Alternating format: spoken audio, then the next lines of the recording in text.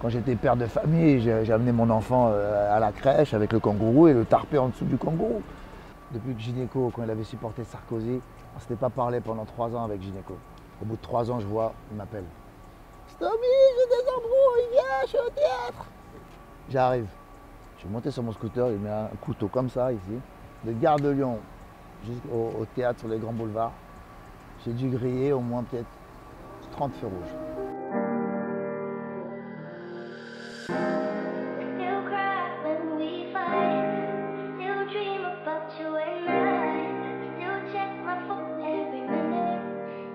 Salut les amis, c'est bien Stomy Bugsy pour Rap Punchline. On est en pleine promo du film 4-0, 22 ans après, et aussi les 30 ans de l'album 95-200.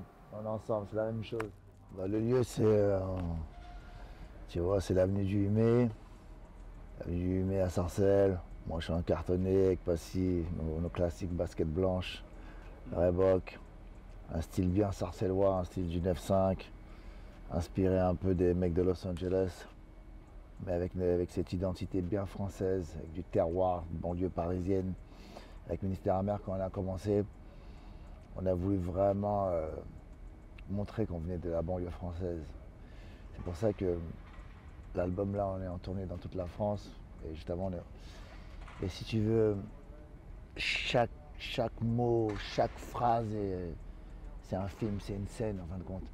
Ça veut dire que quand je rappe un été à la cité, chaque phrase, c'est comme si, là on est là pour la promo du film 4-0, mais chaque phrase, c'est une scène. Bon, il n'y a jamais, dans 95-200, il n'y a jamais une phrase qui est dite en l'air. Il n'y a pas de phrases qui sont là pour faire du style ou pour combler les mesures. Chaque mot, chaque moment, chaque phrase, c'est la caméra qui se déplace. Boum. Boum, une phrase, une autre phrase, une autre phrase. C'est des scènes de vie.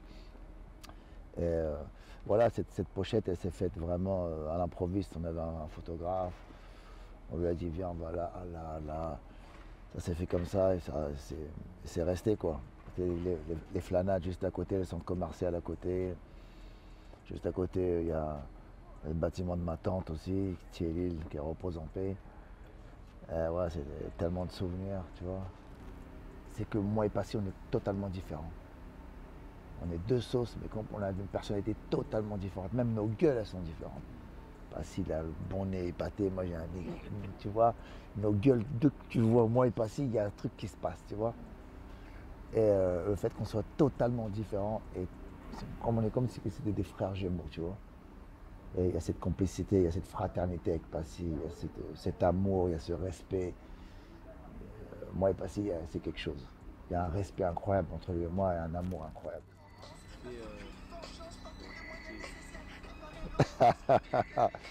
Là, on a fait il y a 3 jours là, la cigale, là, sacrifice, là, waouh. Et ça, c'est Bouboule, en photo, là. C'est Frédéric Brild, du groupe Ministère Amer. Le ministère de l'Intérieur, depuis longtemps, il voulait notre peau. Depuis le premier album, Pourquoi tant de haine, sur le morceau Brigitte, femme de flic, ils avaient déjà porté plainte. Mais il y avait un jour de prescription, un jour en retard. C'est-à-dire qu'ils auraient porté plainte un jour avant, ils auraient retiré notre album des bacs. Donc les CRS, ils avaient porté plainte, les CRS de Toulouse contre Brigitte, femme de flic.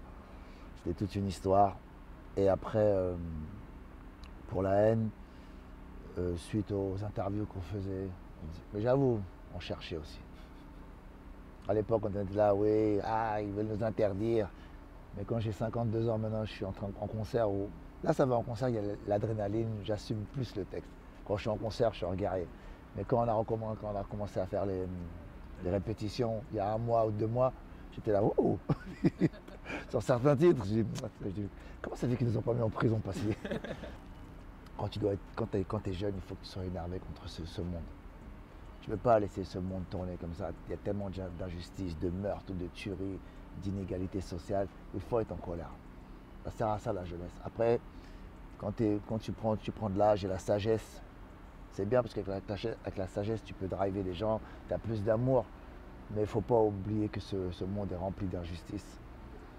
Après, il y a des erreurs quand tu es fâché qui peuvent te coûter cher.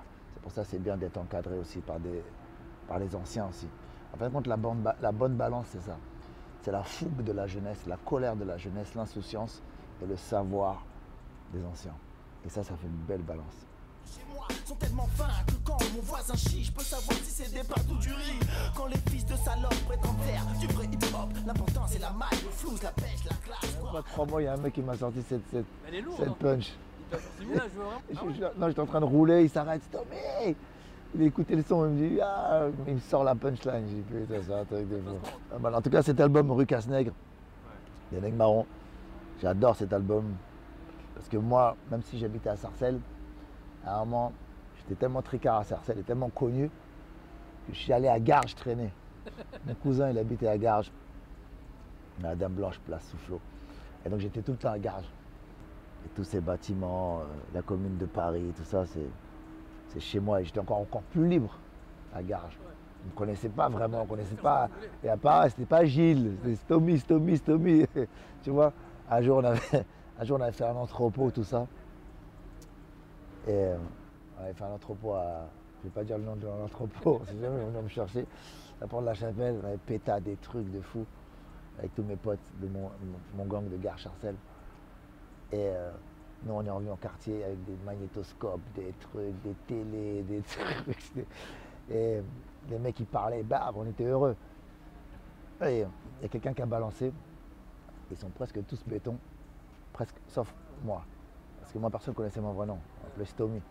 Donc quand ils ont balancé Stomy, il y avait un tel, Stomy, inconnu au commissariat. Boum. Pour ça, à vie, j'ai dit, je garde le nom Stomy. Avant que ça soit le secteur A, c'était la secte Abdoulaye. Avant que ça soit la secte Abdoulaye, c'était les B-Boy Gangs, c'était les Fresh Boys, Jackie, Benji, Diamatic, Passy. Pour nous, c'est naturel, c'est la famille. Pour nous, c'est même pas notre première réunion. Avant qu'ils fassent ça, ils sont déjà tous dans le clip de Traître, tu vois. Ça commence bien avant ça, c'est depuis 85, 86. Avant la musique, tu vois, c'est avant déjà la danse, les gangs, les Gare Charcel, Villers-le-Bel, les soirées. C'est la famille. Ouais, le problème, c'est quand je l'amenais à l'école, et le week-end, des fois dans le quartier, à Porte de la Chapelle, ça partait en bim bam boum, bim bam. Après, les gens de l'école, ils entendaient ça. Et les dames de la maternelle, les profs, elles travaillaient le petit au corps. Alors, ton père, il fait quoi? J'étais déjà dans la ZICMU. Mais en même temps, j'étais dans la street aussi. Il n'y avait pas eu mon papa à moi, on était encore ministère amer. Donc c'est mon petit qui m'a répété ça. À l'école, ils disent que tu es un gangster. Donc j'ai dit, vas-y, je vais en faire une chanson, tu vois. Et à l'époque, on avait plein d'embrouilles. Porte de la Chapelle, les mecs du 19e, tout ça. Tu vois, c'était vraiment chaud. C'était une époque très très chaude. Donc il y avait plein d'embrouilles à droite, à gauche. Et c'était soit par des tête-à-tête, soit par des 10 contre 10, rendez-vous à Gare du Nord, aller se bagarrer avec les RJ, C'était une époque chaude. Et alors j'étais dans la musique et en même temps dans les trucs. Ah, mais quand tu es dans le quartier, comment tu vas t'éloigner? Quand les mecs ils viennent taper à ta porte, et tu dis ouais, il y a une embrouille avec là. C'est solidaire. On va dire, ah non, débrouille-toi mon frère. Je dis non, tu prends ton petit, tu l'embrasses, tu donnes à ta mère, maman je reviens. Et donc quand mon fils il me dit ça, et je décide d'en faire une chanson. Bah déjà on a ouvert un portant avec le rap vraiment de cité vraiment. Après le rap un peu plus commercial, le fait d'aller, tu vois, à l'époque il y a plein de rappeurs qui ne voulaient pas aller chez Michel Drucker, qui ne voulait pas aller là, qui ne voulait pas aller dans les grandes émissions. Nous, on a été. Sans calcul, on l'a fait naturellement parce qu'on avait déjà une forte identité. Quand tu sais qui tu es, tu t'en fous, quoi. Si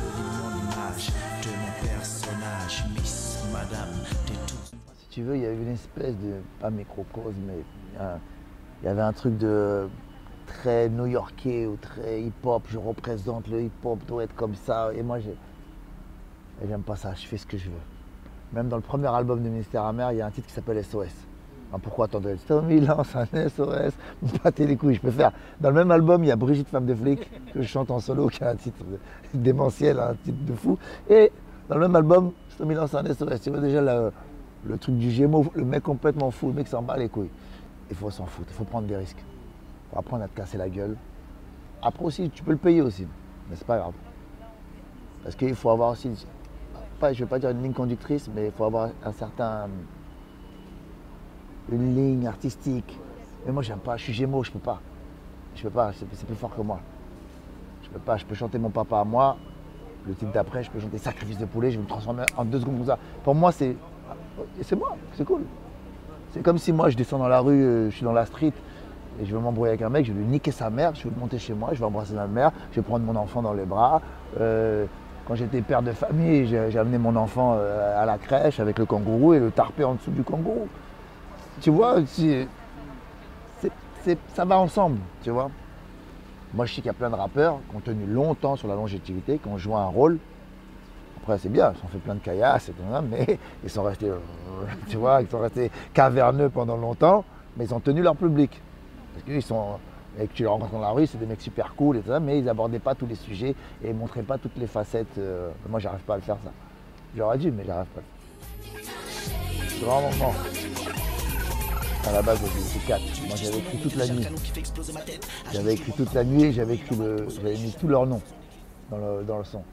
Truc, nana, truc, il a continué comme ça, demain, j'avais écrit un truc, ta. Et j'arrête de dire le micro, je commence à kicker. Beyoncé, elle vient me voir, elle me dit non, il faut changer ça.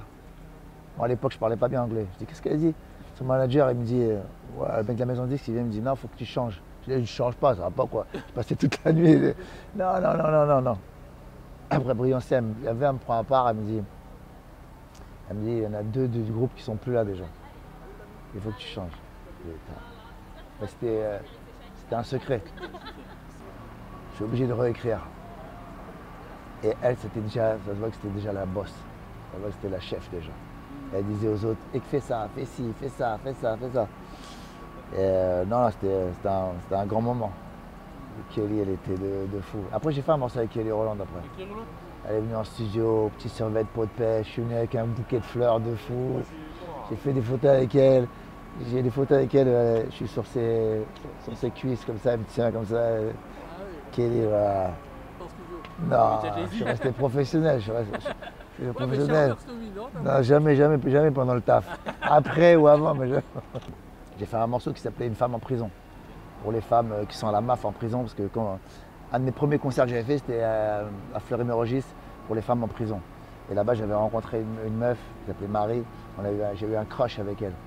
Une meuf qui était en prison. C'était dans un coin, c'était embrassé. Tout ça. Et j'avais écrit une chanson, Une femme en prison. Et c'est la chanson Une femme en prison. Et Kelly Rowland, elle commence le titre comme ça. Elle dit Stow me baby, I love you. Elle commence comme ça. Ah ouais, à l'époque, c'était bon. Maintenant, il y a beaucoup de gens qui font l'Olympia, mais à l'époque, c'était vraiment l'Olympia, c'était le Graal, quoi, tu vois. C'était la classe ultime. On a fait 2 jours là-bas. Et comme tu l'as dit, c'était pour l'anniversaire de l'abolition de l'esclavage. Et pour nous, c'était important parce que on est Star Amer, tout ça, secteur, on est très, très militants. Et on se disait, mais comment ça se fait qu'il n'y a pas de jour férié? Jusqu'à présent, il n'y a pas de jour férié, tu vois. Il y en a pour plein de choses.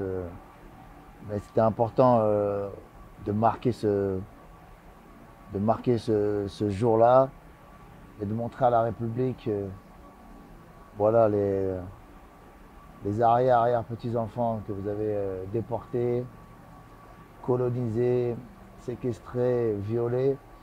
Ils n'ont pas oublié d'où ils venaient, ils n'ont pas oublié leurs racines. Et même si là on était sur le toit du monde, on n'a pas oublié d'où l'on vient. Un titre dont tu as le secret, un truc mieux que Gazelle. Mais en fait, c'est toi ma gazelle. Je te jure, quand tu veux, tu manges mon mammouth. S'il vous plaît. Ah, c'était la guerre. Si tu veux, avec Joey ou avec les mecs du 93 MC, 93 NTM, on a eu des petites embrouilles de gang à l'époque. Et après, c'est resté. Mais après, c'est resté propre au hip-hop, tu vois. Je pense qu'il y a toujours eu ce respect en fin de compte. Mais on était obligés, comme on était chacun dans des clans, de garder cette posture. Après, il y avait des petits trucs de meufs aussi. Ah ouais. Il y a toujours des trucs de meufs. Et même si à un moment on voulait se foutre dans la gueule aussi, en tout cas quand on se voit, il y a beaucoup de respect avec Joey. Il y a un respect sincère. Quand on se voit, on se prend dans les bras, on se parle, on se regarde les yeux dans les yeux. C'est un grand monsieur du hip-hop. Voilà. Il a fait beaucoup pour la culture hip-hop, faut pas l'oublier. Après, il peut avoir ses défauts, ça peut être une tête de con aussi, hein. Faut pas l'oublier. Mais c'est un grand monsieur du hip-hop. Dans un pays comme la France, des familles nombreuses vivent entassées dans des pièces insalubres, minuscules avec des cafards, des rats et des souris. Ces familles vivent en permanence dans le danger. Je vous rappelle que ces gens sont venus ici en France, terre d'accueil, pour travailler honnêtement et durement. Je vous rappelle aussi que ces familles payent des loyers, des impôts, et que la plupart sont en situation régulière. Et même si elles ne l'étaient pas, en ces temps de catastrophe naturelle, un homme reste un homme avec ou sans papier. C'était une tragédie atroce. J'ai été les voir, j'ai vu comment ils étaient logés, qu'ils n'étaient pas encore relogés, qu'ils étaient encore dans des gymnases. Il y avait des gens qui avaient perdu leurs enfants, leurs tantes, leurs frères. Et je me suis dit, il fallait que je marque le coup absolument. Je me rappelle, on ne voulait pas me laisser rentrer, c'est Dieudonné qui m'a fait rentrer. J'étais avec Sonia Roland aussi. Et je me suis dit, faut que j'utilise ma autorité. Si il faut l'utiliser, c'est maintenant, à tout prix. Il fallait que je fasse une lettre avec des mots bien pensés pour secouer, pour qu'il soit vite relogé et que les recherches s'intensifient et qu'il y ait une justice le plus rapidement possible. La douleur, elle était tellement que jusqu'à présent, ces âmes, ils sont en moi jusqu'à la fin de ma vie. Ils seront en moi, ils sont dans mon cœur. Direct là ? Bah oui, on dirait. Sors de la loge. Ça va, dis-nous bien. Ça va être mon frère. Alors je suis très agité parce que sachez que là c'est vraiment la bah, mon ami Cyril. C'est vrai qu'en ce moment, il est sous les feux, il y a beaucoup de gens qui veulent sa tête. Moi je l'ai toujours adoré, je l'ai connu quand il galérait à ses débuts. On mangeait des merguez frites, on galérait ensemble. Et voilà, moi c'est mon ami. Moi j'ai appris depuis que Gynéco, quand il avait supporté Sarkozy, on ne s'était pas parlé pendant 3 ans avec Gynéco. À cause de Sarkozy. Parce qu'il avait été au congrès de l'UMP et tout ça. Un jour il jouait au théâtre. Au bout de 3 ans, je vois, il m'appelle. Stomy, j'ai des embrouilles, viens, je suis au théâtre. J'arrive. J'ai entendu sa voix. J'habitais à Gare de Lyon. Je suis monté sur mon scooter, il met un couteau comme ça ici. J'ai grillé de Gare de Lyon jusqu'au théâtre sur les grands boulevards. J'ai dû griller au moins peut-être 30 feux rouges. Je suis arrivé en 2 minutes. En 2 minutes, je suis arrivé là-bas. Les mecs, ils voulaient la peau de gynéco, des mecs. J'ai sorti mon couteau. Ils m'ont vu déjà. Ils m'ont dit, qu'est-ce qu'il fait là? Ils n'étaient pas en embrouille, eux. Ils se sont calmés direct. C'est pour te dire que, pour revenir sur Cyril, si t'es mon ami, t'es mon ami. Quoi que tu fasses, je m'en fous. Si quand je te vois, j'ai toujours le même amour, même si je ne suis pas d'accord sur certaines choses avec Cyril, c'est mon ami. Et je ne cracherai pas sur lui. L'amitié, c'est sacré. Un film réalisé par Gilles Paquet-Bernard, plus tard, qui a fait Gomez Tavares. Et ça vient d'un livre qui s'appelle Les Jolies Choses, écrit par Virginie Despentes. Et dans le personnage, à la base, dans le livre, mon rôle, c'est un mec, un blond aux yeux bleus. Donc, ce qui est important dans ce personnage-là, c'est que mon personnage n'a pas vraiment de couleur. Il n'est pas stigmatisé, tout ça. Et c'est un de mes premiers films d'auteur. Et quand tu as la chance de tourner avec Marion Cotillard, à l'époque, c'était déjà une Ferrari, c'était déjà une très très grande actrice. J'ai pris beaucoup de plaisir. Et c'est un film qui a bien vieilli. Là, j'étais très content de faire ce film-là. 22 ans après, déjà c'est une bénédiction. Hein. C'est une bénédiction de refaire la suite d'un film 22 ans après. Comme là, on vient de faire les 30 ans du deuxième album en 95-200. Sachant qu'il y a des potes à moi qui n'ont même pas vécu 20 ans, qui sont morts à 16 ans. Moi, on me rappelle pour refaire la suite d'un film. En plus, ici, avec Gérard Lanvin. Non, c'est une chance. Le foot, il a vraiment changé. Je me rappelle, il y a 22 ans, on était là, on avait le droit d'être sur la pelouse et jouer. Ah ouais? On faisait des matchs avec Laurent Deutsch, Je me rappelle Fabien Antoniette, il était encore plus mince. Il mettait des bonnes frappes, là, je sais pas s'il pourrait les mettre. Avant les mecs, ils passaient de l'eau vite fait. À la main, ils faisaient des trucs. C'est incroyable. C'est une industrie. Ah, c'est beau.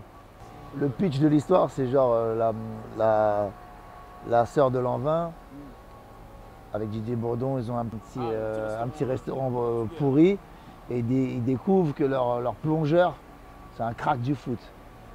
Et eux, comme ils sont dans le foot amateur, ils ne connaissent pas. Elle appelle son frère, qui est Gérard Lanvin, qui a pris sa retraite, qui est à Tahiti. Elle dit, viens m'aider s'il te plaît, on a un crack, mais il faut m'aider parce que les requins, ils veulent nous le prendre, ce petit. Et donc lui, il revient tout grand Gérard Lanvin qu'il est, Colonna, avec toutes ses méthodes. Mais il se rend compte que le foot a changé, c'est devenu plus Kaira, tu vois. Il y a des mecs comme Caris qui interprète super bien son rôle dans le film. Et moi, je reste toujours ce Michael Sylvain, mon personnage. Pour moi, il a été en prison, il s'est retrouvé dans des galères financières. Maintenant, il travaille à l'équipe, tu vois.